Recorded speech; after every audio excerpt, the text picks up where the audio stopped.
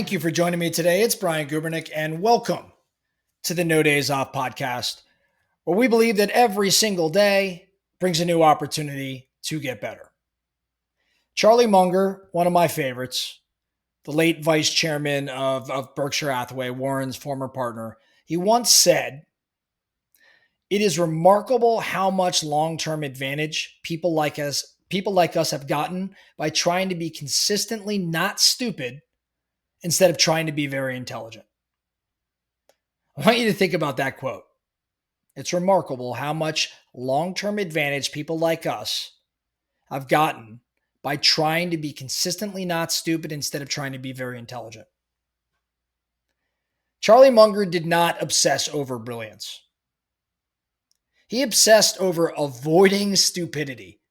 And today, we're going to actually unpack one of the best frameworks I've heard of recently for doing exactly that, avoiding stupidity. It comes from a guy named Adam Robinson. He's a chess master, an author. He's an advisor to some of the world's smartest or most elite investors. And Robinson defines stupidity in a way that I think is going to make you rethink your own blind spots. Then we are going to break down the 7 factors that make you and me and all of us more likely to commit the stupid mistakes. And then what we should do about that. What do we do about them?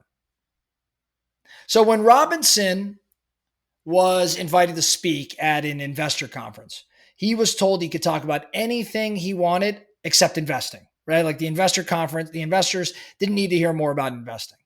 So without thinking, he blurts out, "How about how not to be stupid?" Then came the hard part, of course. He had to define stupidity. So it took him a month of deep thinking, and here's where he landed. Here's what he came up with. Stupidity is overlooking or dismissing conspicuously crucial information. Now, by crucial, that means the stakes are high. By conspicuous, what he means is it's right in front of you, and yet you either miss it or you ignore it. Now, this is not about a lack of IQ. In fact, the smarter you are, the more likely you could actually be tripped up by these factors. Because intelligence operating in a complex environment has its costs. You can still be blind to the obvious.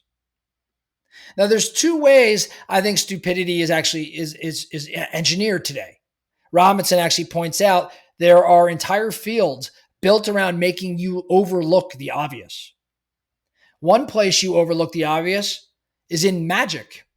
Like that's the benign version, right? Magicians misdirect your attention with your full consent, and they do it purely for entertainment. The other place it shows up is with different frauds and cons. That's the malicious version.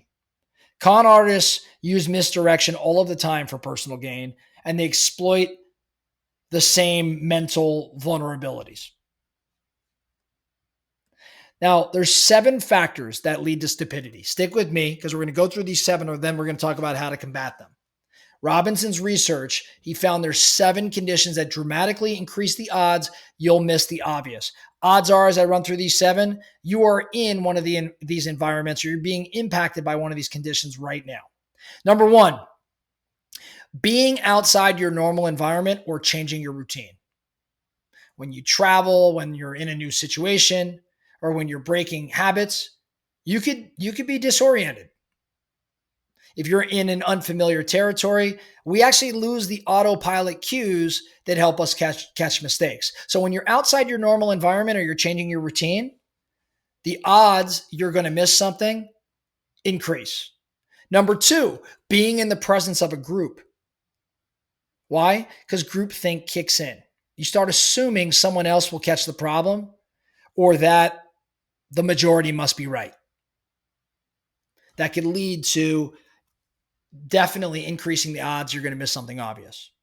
Number 3, being in the presence of an expert, or maybe even being the expert yourself. Experts can intimidate you into doubting your instincts. Or if you're the expert, you could be overconfident. Overconfidence can blind you.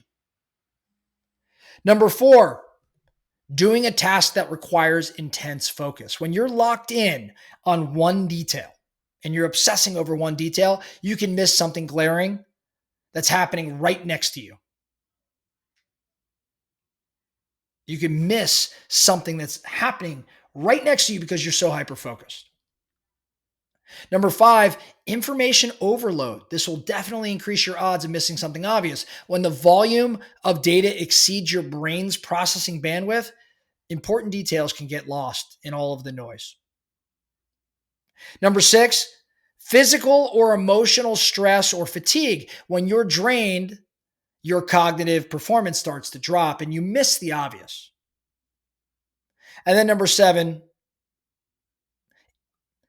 rushing or being in a hurry. Rushing or being in a hurry. Time pressure will make us skip checks we'd normally do. Now, Robinson goes a little further and he points out something that I think is pretty chilling. He says that all 7 factors are present right now in US hospitals. I think that that's pretty alarming. Doctors and nurses are often outside of their routine. They're operating in groups. They're relying on experts. They're focused intently on one patient. They're overloaded with information. They're under stress and they're rushed.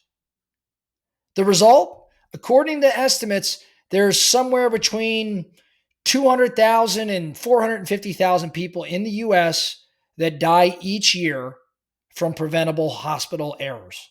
Now, I haven't tied that figure out, haven't gone too deep on it, but you figure there's 250,000 people at least somewhere thereabout in the US that are dying from preventable hospital errors. That's more than, 10 times the annual deaths from car accidents.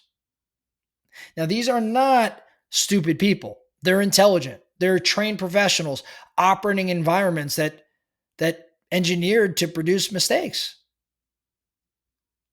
I mean, it's kind of crazy, but if you think about a hospital, all 7 of those show up. So the takeaway isn't to create paranoia. It's definitely not. It's to create awareness. When you find yourself in one or more of these conditions, slow down, right? When you find yourself in one or more of these conditions, build in redundancy, ask for a second set of eyes, challenge assumptions.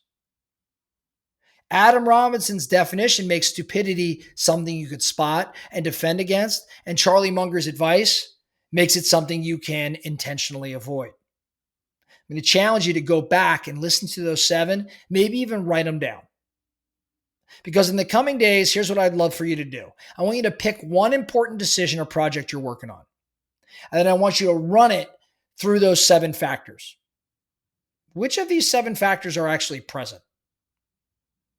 Now, for each, write down a safeguard you could put in place. Maybe it's a double checking of something. Maybe it's just simply slowing the pace. Maybe it's getting a second set of eyes or a second opinion. I don't think you need to aim to be brilliant every day. I think you need to aim to avoid the avoidable mistakes. Like Charlie says, there's incredible advantage in simply being consistently not stupid. That's all I have for you today, the No Days Off podcast. Thank you so much for listening. And remember, every single day brings a new opportunity to get better. So let's get after it.